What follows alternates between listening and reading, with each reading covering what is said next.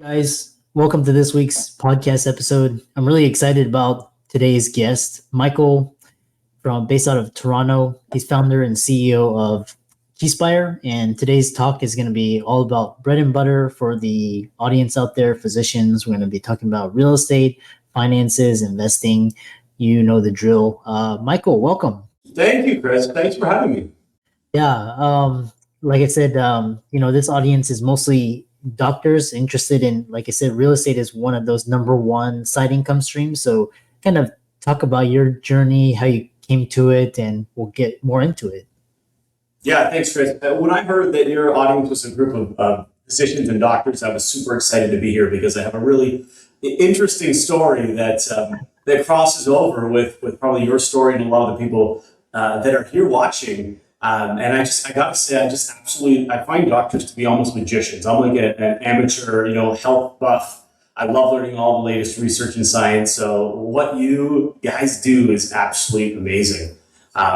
We coach a lot of professionals with Keyspire, and a lot of doctors will come up to me at our events and afterwards, and they'll say, Michael, I'm so glad you introduced me to, we do real estate. I'm so glad you introduced me to real estate investing. We don't learn that. We spend a decade in school and we learn all kinds of things, but no one ever teaches us the financial, what seems like wizardry in terms of how to build your portfolio and your wealth through real estate. So I absolutely love working with physicians and all the professionals, in that same pedigree.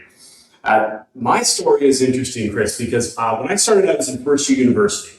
So my company, Keyspire, we coach people. What we do is we put people in control of their future by removing the mystery of real estate investing. That is our purpose. Put you in control of your future by removing that mystery that is real estate investing.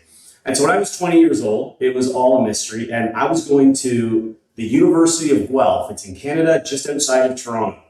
And I was in the pre-med program. So my goal was always to be a doctor. I was so excited. I wanted to be an emergency room doctor. Then I wanted to be, get into some specialty with brains or other organs. I don't know. It was so fascinating to me.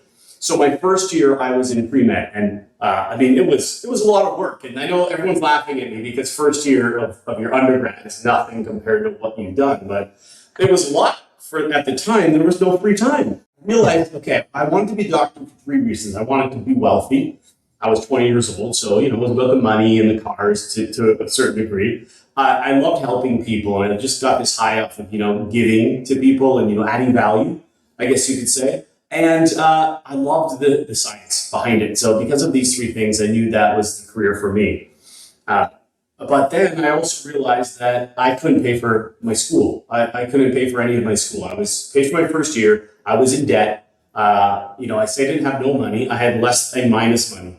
And my parents, I came from a good middle class home. I didn't have a hard upbringing. My parents were middle class, very supportive parents, but they were right in that point where it was hard to qualify for student loans, but I didn't have the money to have it all covered to get the free ride from home. It's kind of like this middle ground. So I had to do something different. I had to earn money, and more money than I could just earn as a waiter at the restaurant.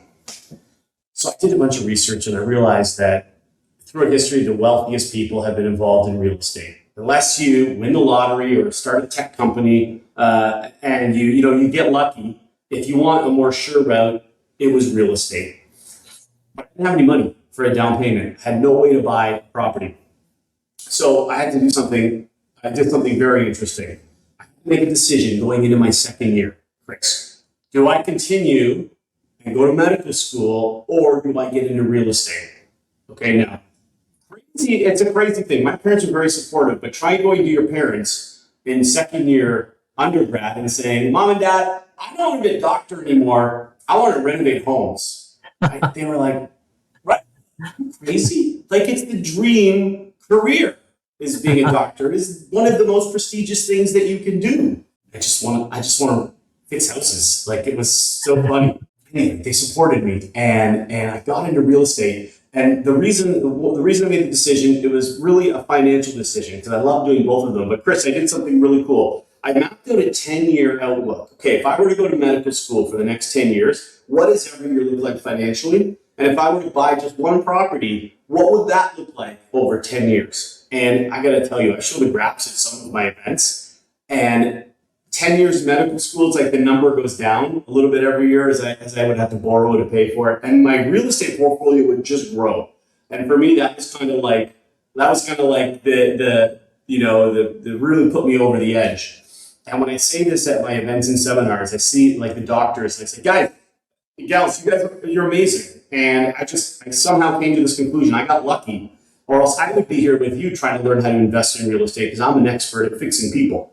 I just fix houses. You fix people, right? And I always have a doctor come up to me at the end and say, look, Michael, that was really insightful. I'm in my early 30s and I'm still in debt. I'm still working to get out of it. So I need real estate to build this wealth faster. And so anyway, that's where my story kind of crosses over in terms of I had this crossroads, but I always have this dream, Chris, that I'm going to be a doctor one day. I'm going to go back to medical school. But there it is. No, it's interesting. What's interesting is there's this article where recently there's uproar among my colleagues and friends that were saying like a UPS driver makes like 108, driving, and then like a doctor struggling, and if like a UPS driver is like investing in UPS stock from age 22, he'd be a millionaire much faster than, and there's like this huge uproar. But fact of the matter is, your time does not scale. So you have to find things that scale your time, like investments or company. Not to say income is not bad, but there's faster ways, which you seem like you discovered. So, kind of a side note is, with this pre-med thing, are you advocating for your kids or your offspring to go into medicine or finances and investing? You know what? That's a totally different beast. I advocate for them to do whatever they love. I mean, I'm a big believer of unique ability. My coach tells me about unique ability. And whatever you absolutely love doing and you're the best at, I think that's what you should do. And if it's medicine, fantastic. If it's real estate, that would be really cool, because that's what I do. If it's, my oldest is 9. He loves coding and building video games online. That's his calling. My youngest is 6, and he loves being outside working with animals. So I don't think you can choose when it comes to your kids, Chris. I think you just kind of go with the flow. Yeah. No, I just had to ask that because like a lot of my friends' parents, they were entrepreneurs. Like they had businesses, and then they told their kids, don't go into business, go into law or medicine or, investment banking or something, which is... I would love it. If my kids went to medical school, Chris, I'd go with them. I told my wife a couple of years ago, I got kind of inspired to go to medical school again. And I said, why don't we just go, we'll live in residence, it'd be kind of fun. I'm 43 years old, so it'd be kind of an interesting little exercise, demographics. But I think if my kids said, I'm going to go, I'd be like, I'll go with you, because I've always wanted to do it. But it's kind of a fun little pipe dream. Yeah. Well, so what's your real estate strategy? Like, some people do multifamily, some are apartment, commercial, some are private equity. What's your strategy? Yeah. So what we do is, when we're coaching our members, we always start with the big picture. The very first question we ask, and what I want everyone to think about is, what is your lifestyle freedom day? We call it lifestyle freedom day. That's the day where you can do whatever the heck you want. So retirement is a bad word around my organization. We're not allowed to say retirement, because retirement literally means to no longer be of use. I don't think anyone here wants to retire. So we don't say retirement. It starts with retirement is a bad word. We are going to have a lifestyle freedom day. We're going to have a day where we have lifestyle freedom. We do whatever we want. For some people, that's continue to work because they love it. For some people, that's like their job. For some people, it's travel. It's different for everyone. Me, I've had Lifestyle Freedom Day now for since 2005, so how many years that is, and I work harder than ever. I absolutely love doing stuff like this and adding value. So it's not about retiring and sitting on the couch and watching Netflix. It's about, the first thing we teach is it's about having this day, this Lifestyle Freedom Day, which is your end goal. And once we can teach our members how to create that Lifestyle Freedom Day end goal, make it tangible, we have a tool called the Lifestyle Designer, where people actually design their life exactly how they want it, and then live lifestyle first. And then the second part of that, Chris, is to earn the income you need to get to your Lifestyle Freedom Day. So if you need 110,000 or 210,000 a year, or 300 or 50,000 a year, the strategy is to then use real estate to reach that number in passive income. Yeah, I like that. So that's It's all big about, picture. so it sounds like you help client understand this. Kind of talk about how your the approach to your program is. How can how long is it? Kind of the mechanics. What do they learn? What can they expect to get out of it? Yeah, so one of the first things we'll do once we have this lifestyle freedom day, let me walk you through a little bit of a process. So if I was coaching somebody here that was watching, I would say first it's the lifestyle freedom day. The second thing we're going to do is we're going to create a portfolio across 3 investing streams. So the question about, people ask, well, do you like to flip properties? Do you like multi-residential? Do you like apartment buildings? Do you like commercial? That comes way later. Nobody can answer that question until they go through this process. Nobody should ever answer that question. I like apartment buildings. Well, why? How does that drive your goal? How does that drive your investor activity lifecycle, which is another tool that we use for our members? So once we have Lifestyle Freedom Day, we are going to look at the 3 investing streams. That is property. That's what most people are familiar with, investment property. It's private lending. So becoming a private lender and actually lending out your money at 10 to 12% and getting the return, being the bank. And the third is private equity, investing your money in a deal that somebody else is doing all of the work. Whether it's individual private equity, say me and you were going to partner, Chris, and I was going to put in all the money and you were going to do all the work. That's one way to invest in real estate. Or, Chris, if you and I and a group of 100 doctors were going to put in $100,000 each and invest $10 million into a development project and earn those returns, that's also private equity investing. So the second thing we'll do is we'll teach our members, we'll walk them through these 3 investing streams, and we'll figure out what the best investing stream is for them. Because there's no better investing stream than the other. It's what's the best for you. If you're a young college guy like I am, if you're a young college guy like I am, I wish.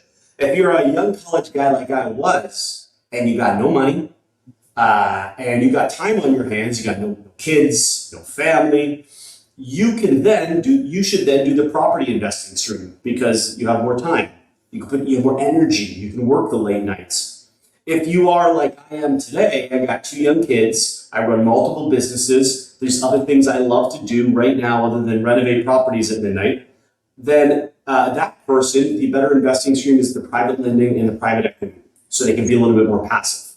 So that will be the strategy. The tactics are different. That'll be the strategy, Chris. It's Lifestyle Freedom Day, and then which investing streams make up your portfolio. Yeah, I love that. Very interesting. Kind of end later on with how they can contact you and find out more about details. And I'm always curious. I always love to hear people's viewpoints on the economy and, with interest rates. And some people are saying, we're bordering on a recession, we're bordering on a boom. And then like they say that Canadian real estate is overvalued. There's a property bubble. What are your thoughts on all of this, the conflicting messages? Yeah, I think, high level, you're in trouble if you don't know what you're doing, no matter what's happening. There's certain parts of the economic cycle where you could invest in real estate or invest in a stock or invest in whatever. At one point you could invest in Bitcoin if you picked the right moment in time and looked like a genius, which is, for me, Bitcoin is the casino. I'm a real estate guy. So crypto is as far off base from being in control of my future as you can possibly get. Then there's the stock market, and then there's the casino, then there's the stock market, and then there's real estate. So I think it's always scary when you don't have confidence. And how do we get confidence? We have to learn. We have to practice. And so no matter what market you're in, you need to first start by building that confidence, learning the underlying principles, practicing. I always tell people, I'm so unconfident when it comes to doing dentistry. If I were to do a root canal tomorrow, I'm not confident. It's not because the root canal is a scary thing to do. It's because I've never learned. And so with the real estate market, it's the exact same thing. It's nothing to do with the market out there. It has everything to do with each individual person and what they know and how they set themselves up for success. Their knowledge, the tools that they have, and then the support that they have. And once you have that foundation, then you can start asking the questions, okay, what tactical moves should I be using in this market right now in order to drive my strategy? And of course, my strategy aligns with those 3 investing streams I talked about. Yeah, I love that. And it's all about financial knowledge and financial literacy. And then you have to understand the macroeconomic cycle, where we are, the business cycle, the really conflicting times. That's why it's good to be armed with knowledge and, get mentorship and all of that.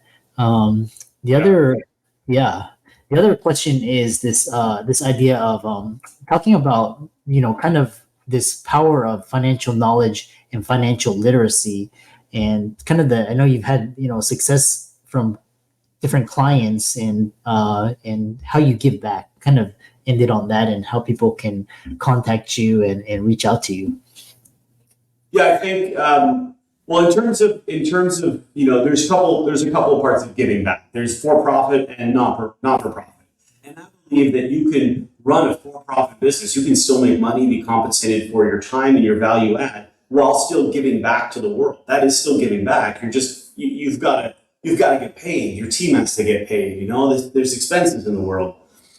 As far as the charitable giving back, I do want to address this because there's one thing that I've done that just works so great. Every time that we have a family party or a kid's birthday, what we do is, instead of getting presents, we set up a little fundraiser, and all of the kids, they donate. All of the families, instead of my kids getting all these little toys, we donate. We raise thousands of dollars, and we donate that we go to Children's Foundation to feed children in schools that don't have the means to pay for their food. That's how we give back on the non-profitable side. But on the business side, I've aligned the business to do one single thing, is to put people in control of their future. So when they see me 5 years from the day that they became a member, they're going to say, Michael, thank you for putting this together. That's my goal, Chris. Thank you for putting this together, because the amount of money I invested with you, it's come back 10 times. And more importantly, I'm confident, I'm centered, my family is centered, and I just have a better view of my future. And so how we do that, there's ways that we help people for free. We have a free masterclass that we run. My business partner is in Keyspire. My business partner is Scott McGilvery, the income property guy.